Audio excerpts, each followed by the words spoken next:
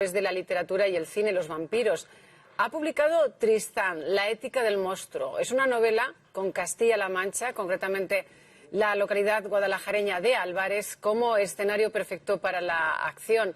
Javier Romero Collazos, buenos días, bienvenido. Hola, buenos días, bienvenidas. Podemos empezar por ahí. ¿Por qué Álvarez? ¿Por qué la Alcarria? Bueno, la historia de Tristán se desarrolla en los años 80 en un pueblo pequeño, una sociedad pequeña, donde si ya ser vampiro es una cosa muy complicada, en un entorno tan cerrado y tan pequeño lo es todavía mucho más.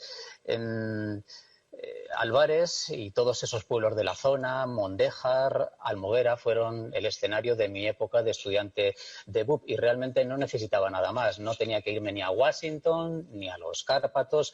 En Álvarez lo tenía todo. Tenía el silo, tenía el cementerio, la Jordana, la discoteca, el cerro. Bueno, Álvarez lo tiene todo. Tiene hasta musicalidad en su nombre, en sus 3 sílabas. Álvarez, como tú, Ana, bien sabes. Desde luego. ¿Y por qué decidiste que Tristán iba a ser un vampiro? Bueno, el mito del vampiro ha tenido muchas reinterpretaciones a lo largo de la historia del cine, de la literatura. Hay muchas características comunes en todos ellos, pero también es una figura, un mito que se presta a toda la imaginación que seamos capaces de echarle. A mí me seducía la idea de contar la historia de un vampiro sensible que tuviera mucho más que ver con esos poetas románticos del siglo XIX, pero bueno, trasladado a los años 80. Es un vampiro con dilemas morales, que se pregunta permanentemente por su propia naturaleza. Es consciente de que tiene que matar para alimentarse, pero es que si no mata, se muere él mismo.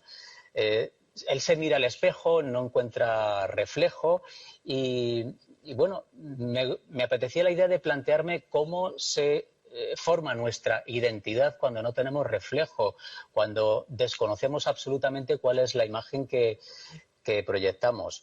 Este es un vampiro que siente fascinación por las palabras y es una fascinación que viene del hecho de que en su casa tan solo hay 2 libros. Está el diccionario y está la Biblia. Y en la Biblia solo encuentra mensajes contradictorios. Lee que tiene que ser manso, que tiene que ser bueno, pero 2 páginas más adelante, enseguida, a la primera de cambio, encuentra a Josué, al rey David, haciendo auténticas escabechinas con los filisteos.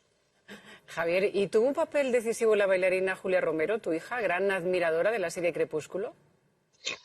Bueno, mi hija tuvo mucho que ver. Tuvo una fase que estuvo muy aducida por esas novelas de Crepúsculo y cuando hacíamos los viajes en coche hacia Álvarez, precisamente, ella siempre, en vez de hacer como otros niños que te repiten cuando llegamos, ella me contaba pues las novelas que se estaba leyendo y me insistía en que tenía que escribirle algo, que tenía que escribirle una historia de vampiros. Eso me llevó a reflexionar cómo sería el vampiro desde mi punto de vista. Y bueno, hay muchos vampiros, todos estamos rodeados de vampiros. Tenemos el vampiro que te roba el tiempo, el vampiro que te absorbe la energía y la alegría, tenemos el terrorífico vampiro de la hipoteca y, bueno, realmente los que beben sangre, los que chupan sangre no son de los peores. Esta novela es deudora de las películas de vampiros, está llena de guiños cinematográficos, los lectores aficionados al género van a saber reconocer.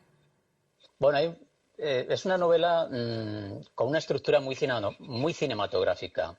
Tiene 2 tramas, una que gira en torno a la pandilla, a esas relaciones de poder, a esas flechas del amor que vuelan en todas direcciones y que nunca dan en el blanco correcto. Una pandilla en la que todo se complica mucho más, en la que todo explota cuando llega Juliette, la forastera, la chica de la portada, y bueno, de la que todos acaban enamorándose. Y luego está la trama más adulta, la que se establece entre el guardia civil que está investigando las misteriosas desapariciones que se están produciendo en la comarca y Consuelo, que es la tía de Tristán y la única que conoce su terrible secreto.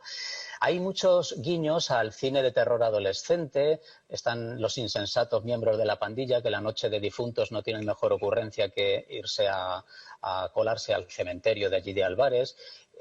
Hay algún guiño a la película Carrie. Hay muchas situaciones tarantinianas. Hay algunas situaciones berlanguianas. Sí, hay mucho cine y mucha literatura.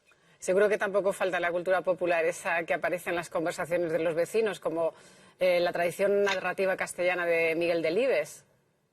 Bueno, Miguel Delibes, El Camino, Los Santos Inocentes. Yo siempre me he sentido muy fascinado por la literatura de Delibes y quiero pensar que hay algo de ello también en esta novela, en ese respeto por el medio rural, en ese cariño por determinados personajes de ese entorno rural.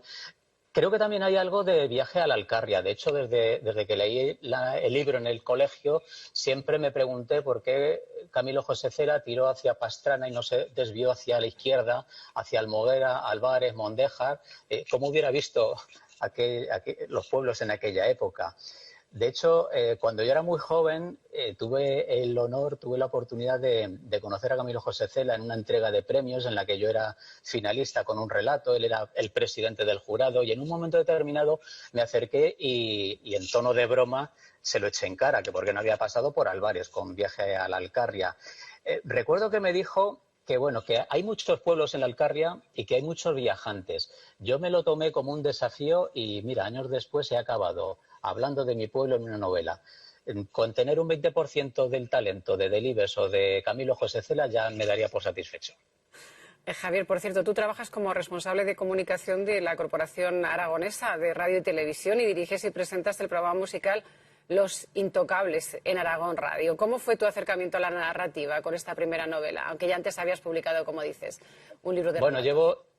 llevo escribiendo relatos toda mi vida. Este es un trabajo muy exigente en el que estamos constantemente los periodistas escribiendo sobre las fantasías de otros, ¿no? Era cuestión de tiempo que tarde o temprano acabara escribiendo sobre mis propias fantasías. Y bueno, lo que es evidente es que Tristán tiene banda sonora de los años 80. Algunos pasajes están vinculados a canciones muy reconocibles para quienes tenemos ya algunos años. ¿Quien compre el libro tiene Bueno, acceso a un código QR para una lista de reproducción? Sí, bueno, la novela es muy generacional, por eso buscaba también una banda sonora muy generacional. He intentado que las canciones, aparte de ser esas naves que nos ayudan a viajar en el tiempo, tuvieran también una función dramática en el desarrollo de la propia historia, que aportaran, que sirvieran como contrapunto de las situaciones que están viviendo los distintos personajes.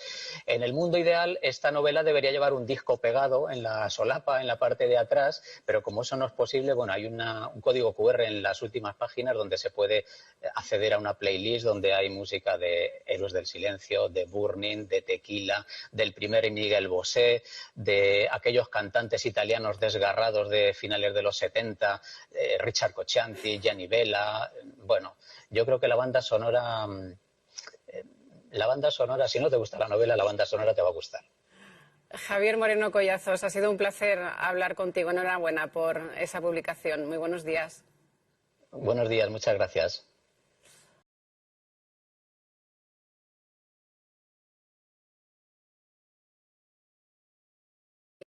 En el medio rural seguimos hablando, pero negro sobre blanco. Nuestro siguiente invitado es periodista.